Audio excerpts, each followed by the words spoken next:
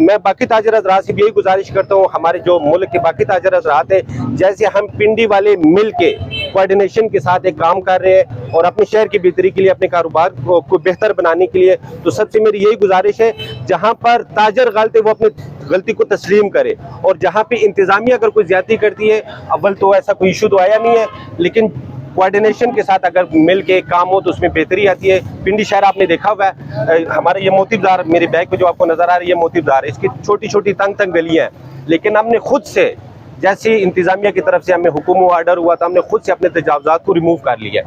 तो इस पे मैं यही कहूँगा, पंजाब गवर्नमेंट का शुक्रिया भी अदा करूँगा, और साथ साथ हमारी रावलपिंडी की जितनी भी इंतजामिया है सबका मैं शुक्रिया अदा करूँगा और इनको अप्रिशिएट भी कर रहा हूँ, और इसके साथ साथ गुजारिश भी इनसे यही करूँगा कि ये इस काम को कंटिन्यू रखे, इसमें कोई खलल नहीं आनी चाहिए। बिस्मिल्लाहिर्रहमानिर्रहीम। अभी हम मौजूद हैं स्पोर्ट्स गली राजा बाजार में, तो ये सदर है हमारे साथ स्पोर्ट्स गली के। तो ये इनसे हम यही रिक्वेस्ट करेंगे कि आज हम आए वार्निंग देंगे इनको।